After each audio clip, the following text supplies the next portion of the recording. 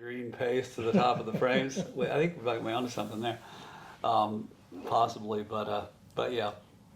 And with the new VarroxSan, there are some label directions about the honey supers, and you would just have to read that and see. But those are the two sponges, and then again, all I've done is take those and cut them in half again, long ways, so there's 4 pieces instead of 2. But it's the same surface area and the same amount of the oxalic and the glycerin. And this is at the beginning. This is at the beginning of the treatment of what the strips look like. Then they were left in the hives for 75 days. They were taken out on August 14th and 15th. And this time I did post-treatment mite samples, half a cup sample of bees, Dawn detergent wash again. And I did it on all the hives in the experiment, all 76 or so hives. Got the post-treatment count to see what the counts would be at the end of the treatment in August. And again, August is about the time we would be thinking about our August treatment.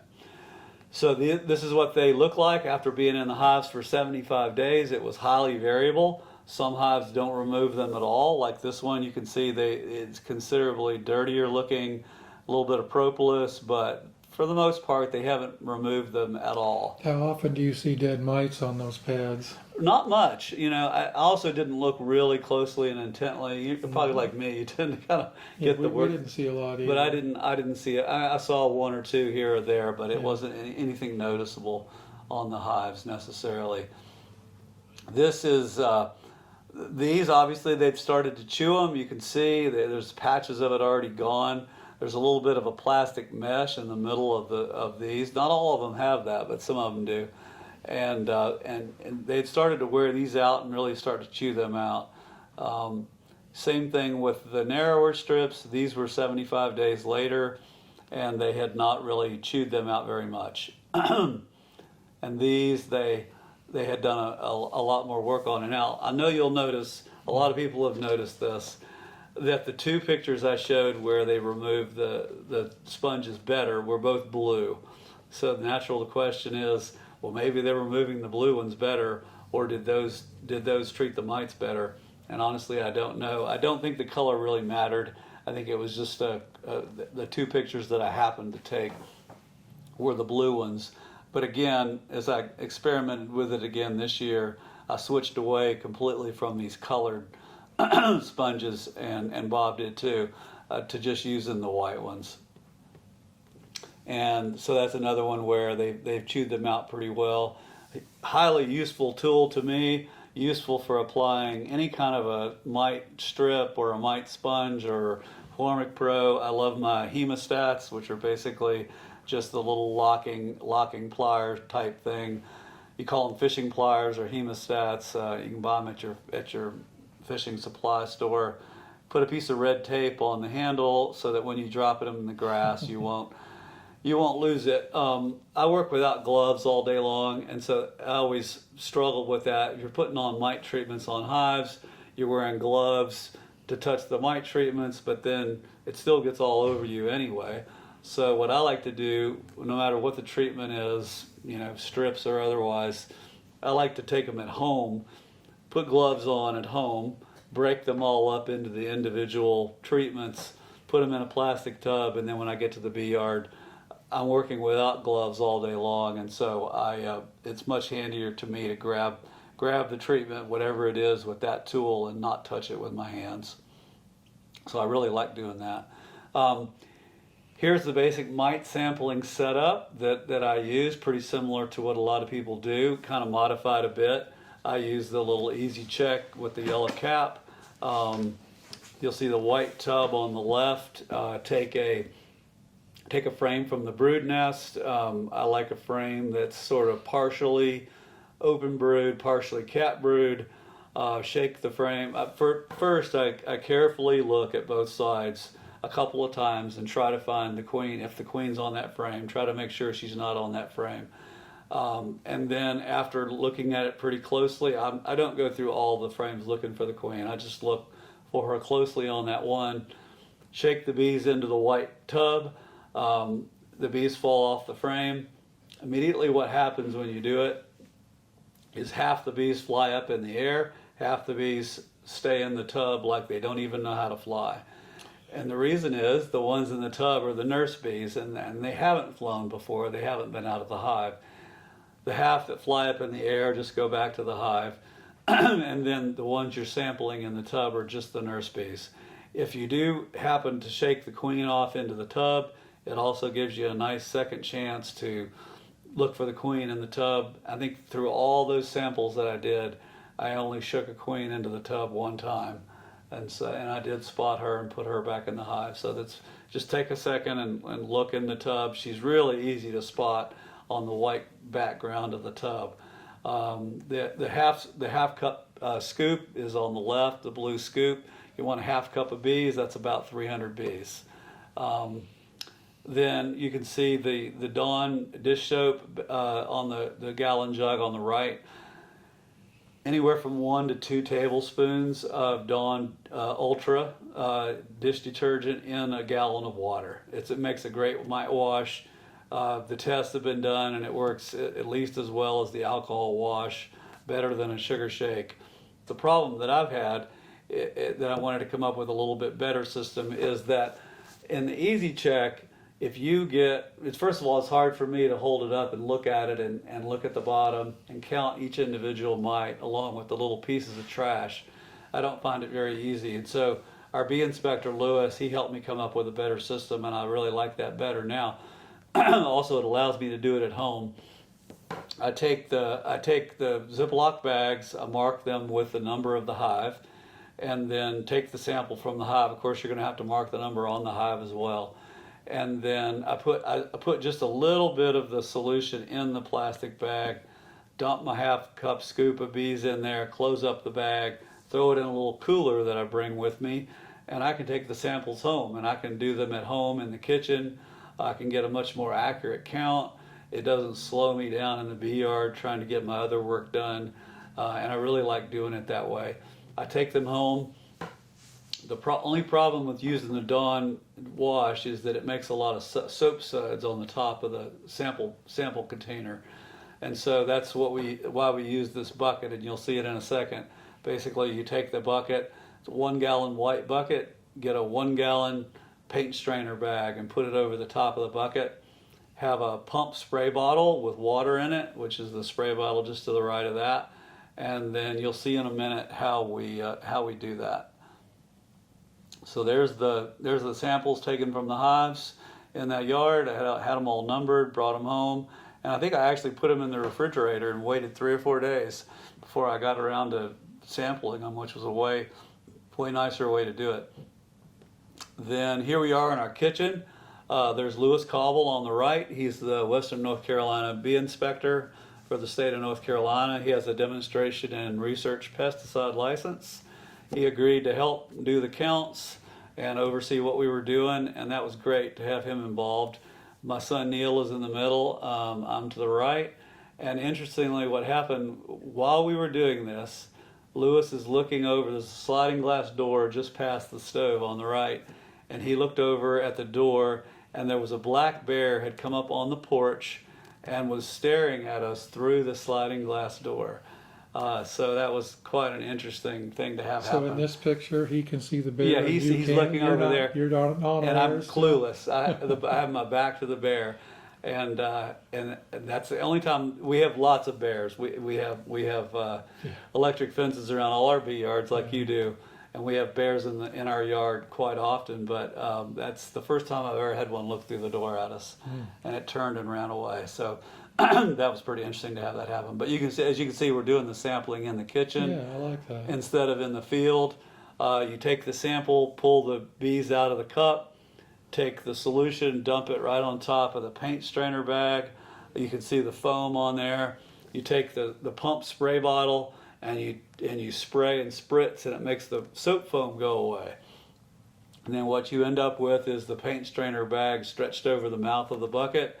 And as you can see, the mites are very, very easy to count. And that paint strainer bag rinses off nicely. Quickly, easily. You can even reuse the solution that you just used to wash because it's in the bucket below.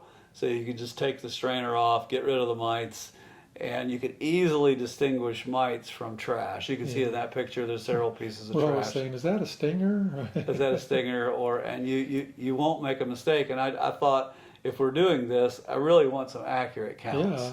to be able to do this. I want some really completely clear. Also, as you can see in a minute, I had some very high mite count hives, and if you have over 50 mites in a sample, it's almost impossible to count them by Yeah. holding that Yeah, we don't cup. even try. You don't even try.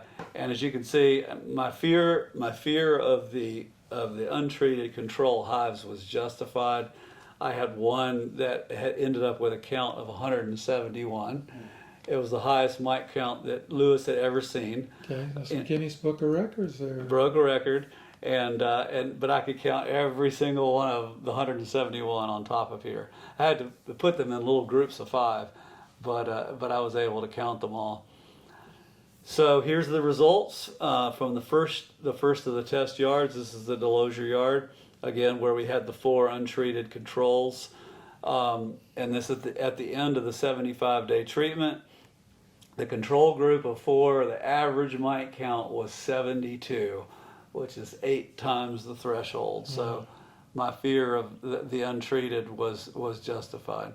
The Formic Pro ended up with an average Okay, of, yes. That control was treated in winter with vaporization. It was correct? it was last treated in December with 3 times with oxalic acid. So it had grown from that in December to this. Yeah. So it definitely, they can go completely out of control.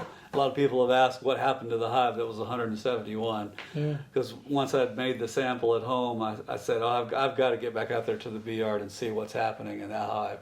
And I went into it, and it was dwindled down to 3 or 4 frames with a small amount of brood on it. The brood looked terrible. PMS, absolutely crashing beehive. Small hive beetles had found it and were starting in on it, and it was dead within a week. So, yeah, it was definitely. The other 3, though, I think the other higher one also died, and then the other 2 I was able to bring around. So, the Formic Pro came in at 18, which is double the threshold of 9, but still reasonable. And then the oxalic glycerin. First there was the 2-piece, and that was an average of only 13 mites. And then there was the oxalic glycerin 4-piece, as you can see, and it was lower. So I know you don't have the answer. It was an average of 7. I know you don't probably have the answer, but what's your theory? Why does the 4-piece work better than the 2-piece? The whole idea of doing it, actually, I got from Randy, because one of Randy's older articles about this whole treatment method was, he mentioned something about a bee yard that his sons had, and they had cut them into thinner or narrower strips. And so when I started to do this experiment, I was trying to come up with, as many different groups as I could, and I thought, oh, why not split them into 4 pieces, and then perhaps with 4 pieces, the bees would make better contact with it, they'd rub on it, and perhaps you'd get a better treatment. Also, I knew from the Argentinian strips, the Aluin cap, that essentially that's what they did, was they put 4. I think you did it on yours. They put 4 strips in the brood nest. So I thought it was worth testing the 4 versus the 2 to see if there was any difference. So that was the first yard. Here's the second yard, the hips yard. Again, here there's no controls. There's no untreated controls.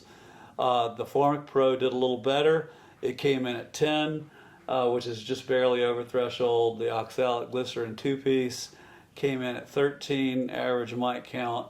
And the oxalic glycerin 4-piece again was clearly the best of the 3, and it was a count of 4. And then if you combine the 2 yards into one graph, that's what it comes out as. The control average 72. The Formic Pro and the oxalic glycerin were almost equal at 14 and 13, and then the oxalic glycerin 4-piece was an average of 5. So remember that, because I'll talk about the 2024 results, and it's very similar to the 5 here. So that was generally what it looked like. And it's interesting too, and so what it also tells you is Formic Pro is still a very useful treatment, because remember, the Formic Pro was only in for 20 days. essentially. And then the treatment is over. It doesn't continue to have an effect on the hive, as where the oxalic glycerin was in for a total of 75 days. So the treatment lasted a lot longer. So it still shows clearly that using Formic Pro as your spring, temperature permitting, using it as a spring, early summer treatment is still very effective. So that was good to see that it worked that well. But that's what the averages ended up being. And put onto a graph, that's what the average mite count or the mean, that's what they looked like. Again, the control, the Formic Pro, the oxalic, and the 2-piece and the 4-piece. The black bar is the standard deviation bar. The scientists like to see that. What that tells you is, were there a lot of outliers? Did you have hives that were extremely outside of what the average was? And you can see on the control, obviously that one that was 171 was very high. But you can see on the other 3 treatments, I really didn't have a lot of abnormally high mite count hives, so that was good. You also like to see the median instead of the mean. The median is just, if you have a list of numbers, the median is the number that's right in the middle of the whole list. It also gives you an idea of how it works, and you can see it's very similar to the mean. The medians are, and again, the oxalic 4-piece is the one that shows the best result. And then I came back later and looked at it, and I thought, okay, it would also be interesting to know what % of the hives are over the economic threshold of 9. And of the controls, obviously all 4 of them were. The Formic Pro, about 61% were over the threshold on August 15th. The oxalic 2-piece, about 31% were over threshold, and of the 4-piece, only about 11% of them were over the threshold. So again, even with that, the oxalic 4-piece, there seems to be something to it, to cutting it into 4 pieces instead of just doing 2. And then on to 2024. So I repeated it on a smaller scale this year. I didn't do nearly as large an experiment. We switched to the white strips instead of the colored ones. We were hoping to get the VarroxSan, the new strips. We were hoping to get the VarroxSan and then compare them to the results we'd gotten the year before. We weren't able to get them in time. The product just wasn't ready, had not been brought into the country yet, so we were not able to do it. And so but we did. We went on a limited scale and tested them again this year just to see, because what I wanted to see was, am I going to get the same result 2 years in a row with this product? And just to make sure that 1 year's results weren't some sort of a fluke result. So we did that. I didn't compare it to Formic Pro. I did not take pre-treatment samples. So I did not do all that. But I just wanted to see if it roughly gave the same result. And so in 2024, I did 31 hives in 7 different locations. So I spread it out into more places. The treatment actually ended up just being in slightly longer, 2 weeks longer. It was in for 90 days. I'm not necessarily recommending that you do that. It just ended up being a little longer. And as you can see, the average ending mite count was 4.25, which is almost identical to what we'd seen the year before when the average was 5. So 4.255, that's basically the same thing. And only 2 of the 31 were over the threshold. One was an 11 and one was a 33. So there was an outlier. That 33 was a little bit high. So where does this fit in, again, to our treatments? From what we understand about oxalic glycerin, remember back to what we were talking about how it tends to work best. If it starts with low mite levels, it essentially keeps them low. And so in my opinion, this is how it best fits into the picture. We would continue in December to do our oxalic vapor treatments, or for some people, a dribble. It would fit best in this middle position where you use it in, I would say, for me, I would say putting it in the hives by May 10th to 15th, and letting it run on through June and part of July. And then you would switch to a different treatment in August. You would switch to the thymol or the formic acid or the amitraz, depending on what you used. Well, I know you've already kind of alluded to this, but back to the earlier disclaimer, this is us here in the Southern Appalachians. Correct. So people will have to play with this and see what works for them. It does. It does. And I can tell you and you may have seen this too, from what I saw going through the hives that have this treatment in them. You go in, typically in August when we go into hives, you see a variety of things. You see some strong hives and some medium strength hives and some weaker hives. Probably those hives are starting to get higher mite levels, start to run into virus problems. With this treatment, what I saw, literally it looked like the bees of 30 years ago. You would go into a yard where I had put these on, and you'd go hive after hive. They're all beautiful, they're all strong hives, and I got to thinking about that and what this treatment is doing and how it's working. And if you think about it, what it's done is, for the whole summer, it has not allowed the mites to multiply. And so the mites have essentially flatlined. And what else does that mean? That means the viruses and all the other problems are also not multiplying. So the bees are just tremendously healthier all summer because of that. And so that's why I think it fits best into this window. I believe it really is a game-changing treatment, probably the biggest development that we've had in easily the last 20 years. We just have to be clear about how it works, how it doesn't work, and maybe when the best time to apply it. And that'll also lead into when we're talking about VarroxSan in a minute and how that fits. Possibly this doesn't work as well as an August-September treatment. Also, if you look at this, of course, one criticism is you're using Oxalic in December, and then you're turning around and using it again in May and June. Now you've used Oxalic twice. That doesn't sound like very good rotation. No, and of course I used it again, this Right. year. And of course, I have not spoken to anybody yet that can present any kind of idea on how mites are going to become resistant to oxalic. Right. Some pretty smart people are telling me they just don't see the possibility, but I know better. Mother Nature has a way of finding a way sometimes. So at minimum, that's why I think in August and September we should be treating with something else. I know in some people in New Zealand they make a strip very similar to the VarroxSan and the Aluin cap.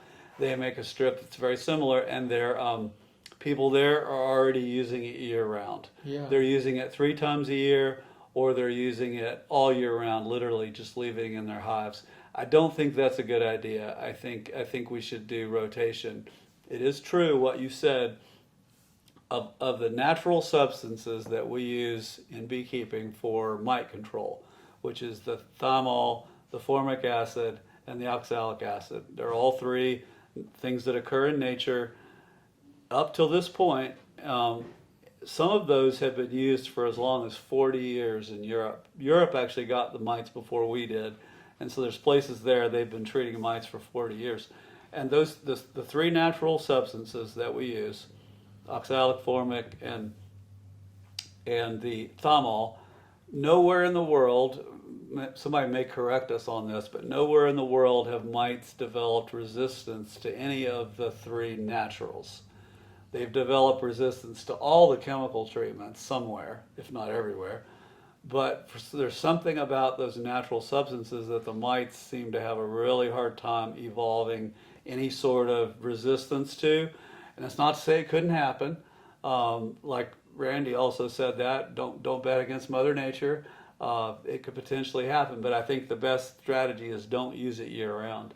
Well, a little bit different subject, but there's another reason here too, and that is that the chemicals persist in the comb, and in some cases the honey, but mostly the comb, whereas all of these naturals go away. The formic and the oxalic leave 0 residue in comb. Right. And the thymol does, but it dissipates in a fairly short time. So, you got that not contaminating your comb thing going on too. One of the best videos that I saw in the last year, I encourage you to look it up on YouTube. It's Frank Rinkovich at the USDA lab in Baton Rouge, and what he's talking about is all his research on amitraz and the mite's resistance to amitraz treatments.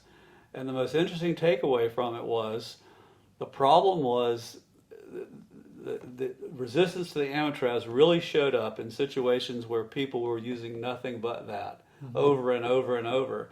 And all those people had to do was one time switch from the amitraz to something else, to the thymol or whatever, and then just one time switch in a rotation, and then they could switch back to amitraz, and the amitraz worked again. Interesting. And all it did was them having to rotate with one other thing. So I think the rotation is critical. I think we still need to be using something else at least once a year.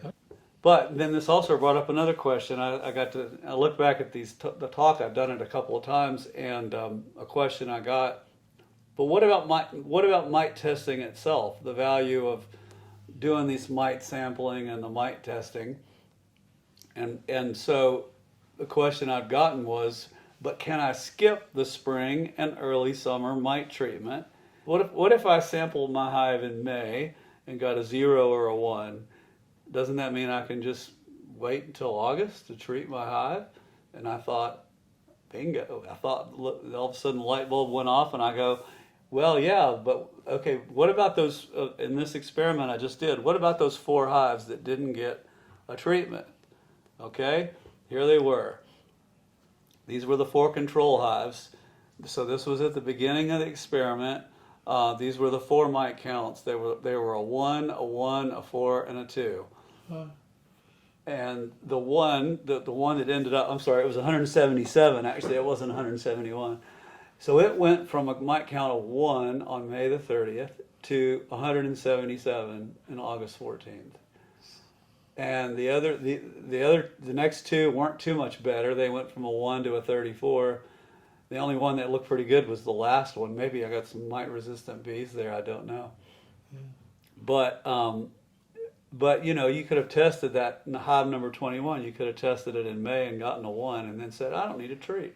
Yeah, I've ran into this before. Yeah. And so the bottom line again that we talked about earlier is, I don't think we can skip the spring treatment, and also because of that, you could come to the conclusion that doing a mite wash in April or May, it's the least reliable of the whole year. A result that you would get in April and May is the least reliable. And why is that?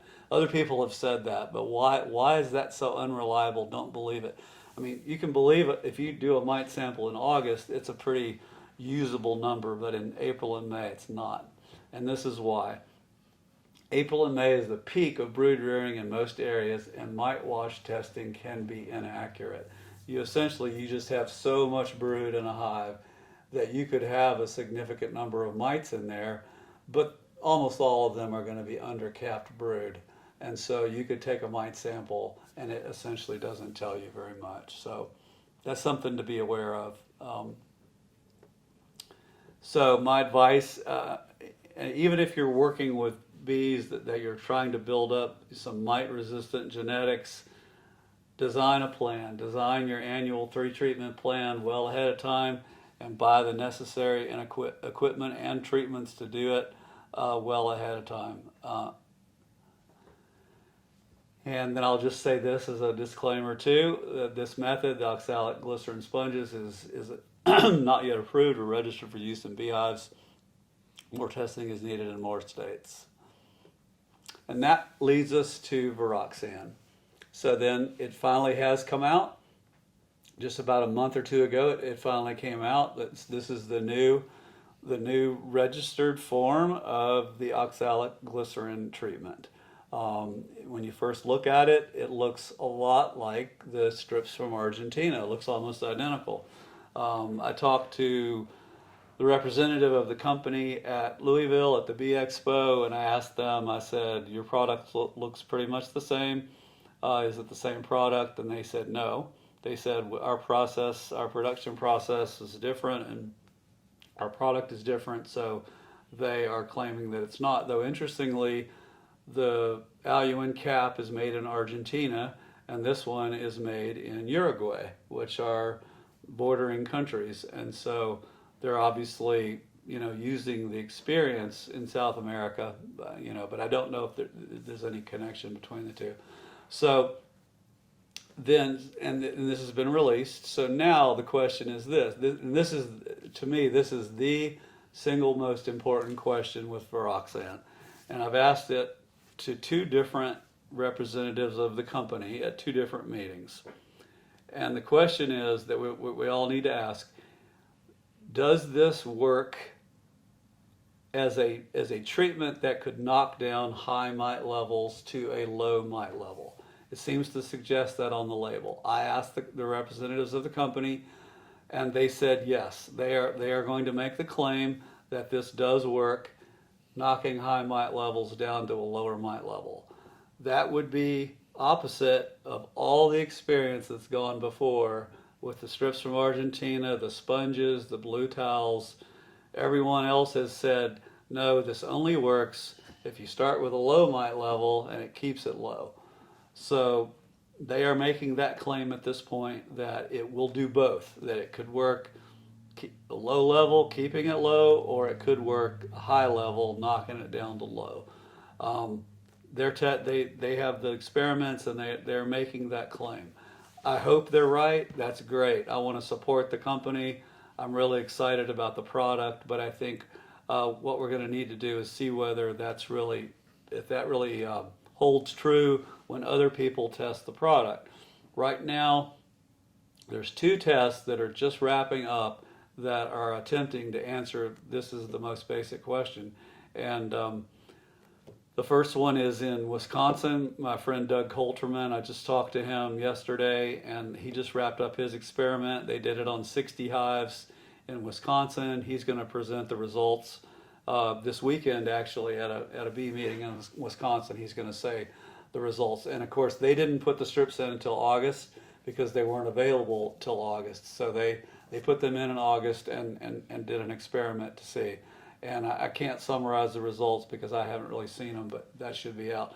The other bigger study is being done by University of Georgia and Auburn University. It's Jeff Williams and Louis Bartlett and a graduate assistant, I believe, of Jeff's. And it's a bigger study. It's got, I believe, if I remember correctly, it's got about 300 hives at least in the study. They are comparing VarroxSan to, I believe, to Apiguard and Apivar and Informic Pro. I believe they're testing all four of them. And they are, of course, testing it in the August and September window. So hopefully those results are going to be presented to the public pretty soon. You were talking about having Lewis and having I Lewis yeah. at a sit down. So this is going to be, to me, this is the primary question. Do their results show that it is effective at knocking down levels, or is it going to be more like all the other ones that we've seen, where it works like what I talked about earlier?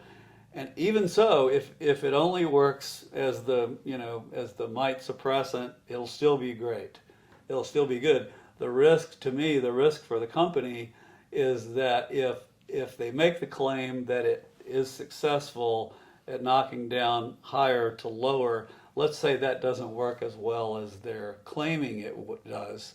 The risk with that will be if people try it, if people used it in that August and September window and it doesn't work as well as expected, I'm afraid people would sour to the product and it wouldn't be as successful. So we'll very soon have some answers about how it works and hopefully works. But yeah, stay tuned. This would be the legal registered version of what we've been trying to do.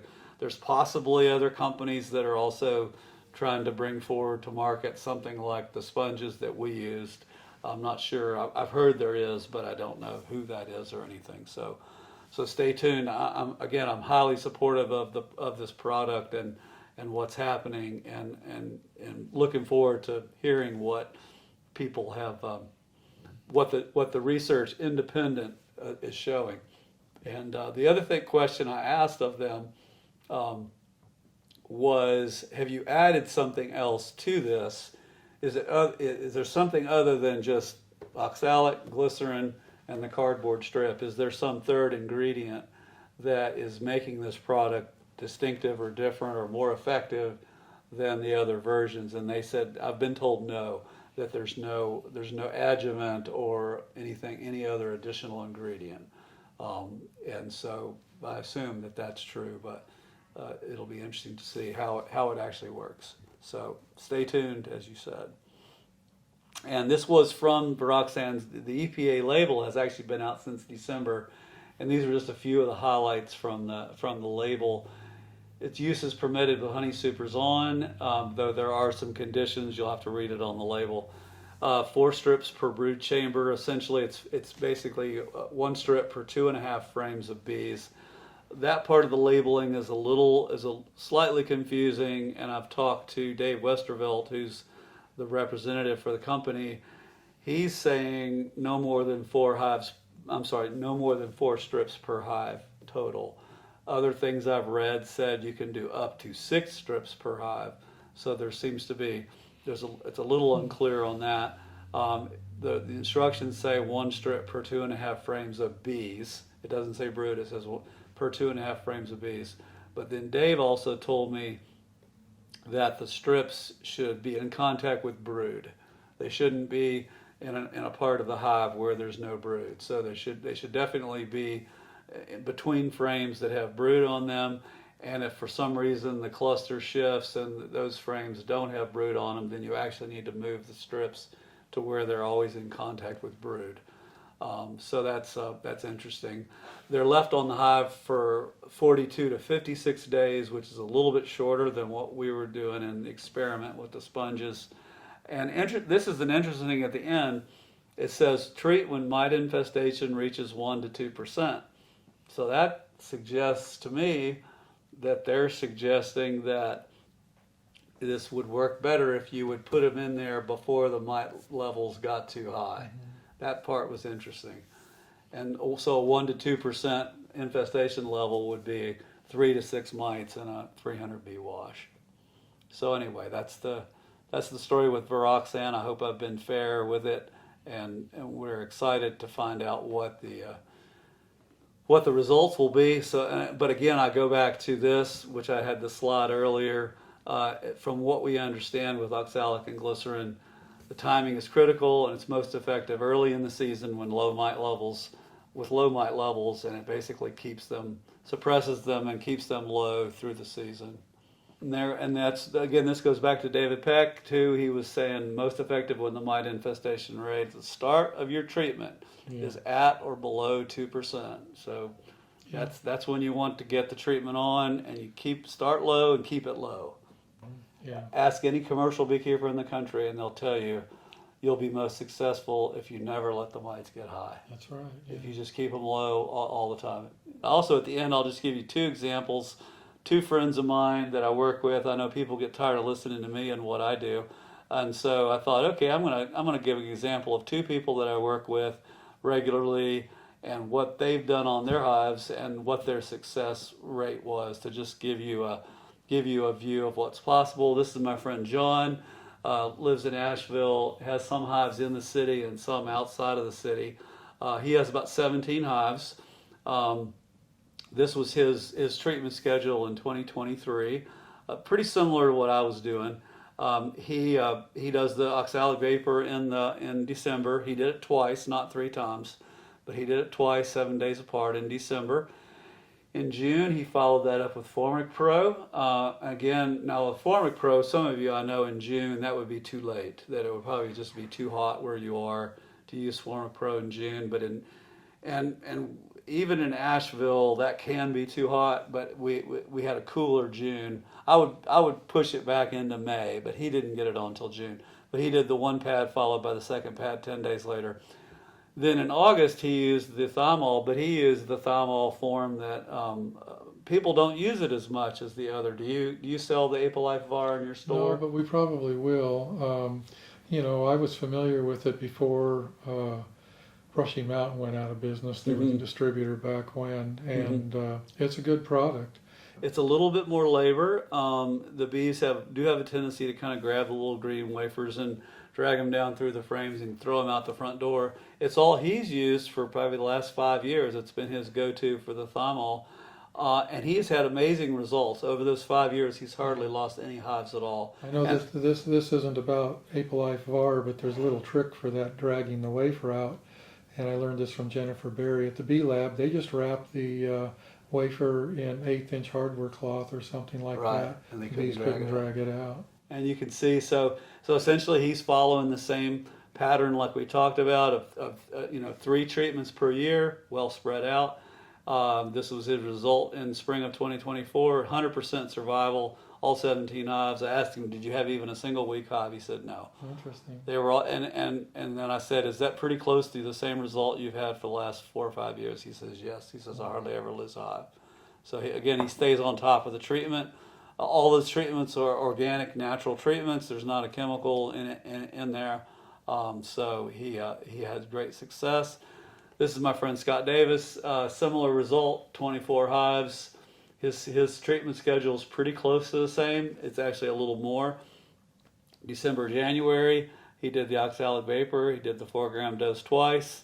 May, and he followed up in May with the Formic Pro, so I got it on a little earlier than John did.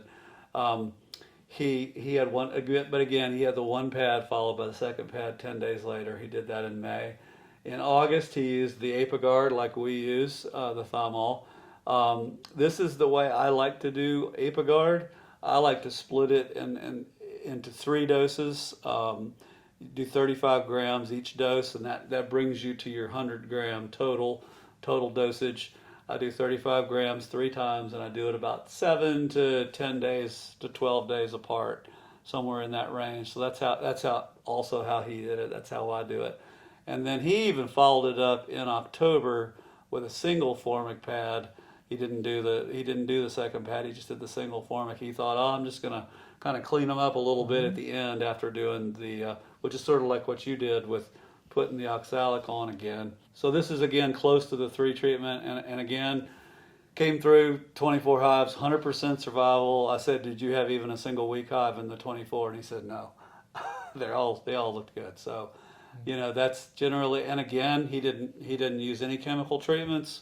All these are natural and organic, and he came through beautifully. So treatment works, and it really does help increase your survival and your success rate. So that's the end of our talk. Cool, great, appreciate it.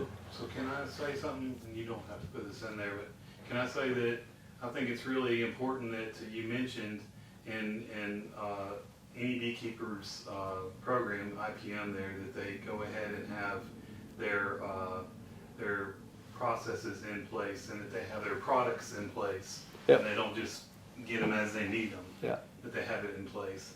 Yeah. Yeah. And that's my whole that's the whole other talk essentially, which is the second talk I did in Georgia, which is what I'll do for Louisville, where I'll just dive into that a little more. Okay, great. Let's do a little promotion here. Okay. You are speaking in Louisville at the Yeah. expo. Yes. Okay, yeah, I'm speaking too, so looking forward to that. That'll be a fun event. And I'll do essentially, how you develop your annual 3 treatment plan. I'll just go a little deeper into a little of that. I'll talk a little more about each treatment and what its pros and cons are, and what its temperature limitations, and just try to help people think about it in terms of that, just how you develop your plan for the year. I think with the VarroxSan, again, I'm very excited about it, but this year I think it will be best used as that May treatment until we get some good numbers from other people and other experiments as to how it works in August. Does it work well in August? I think our best strategy at this point will be to use the VarroxSan. You mean don't learn the hard way? You mean like we tend to do too often? I like it. Yeah, we just don't tell you about we don't tell people about all the mistakes we've made, do we? Yeah, we don't want to admit all of them. Like what I just did with putting beehives in a floodplain. Yeah, if you think we have it all figured out, we don't. No. Never stops. Not even close. All right, thanks a lot. Thank you. It's been a pleasure. All right.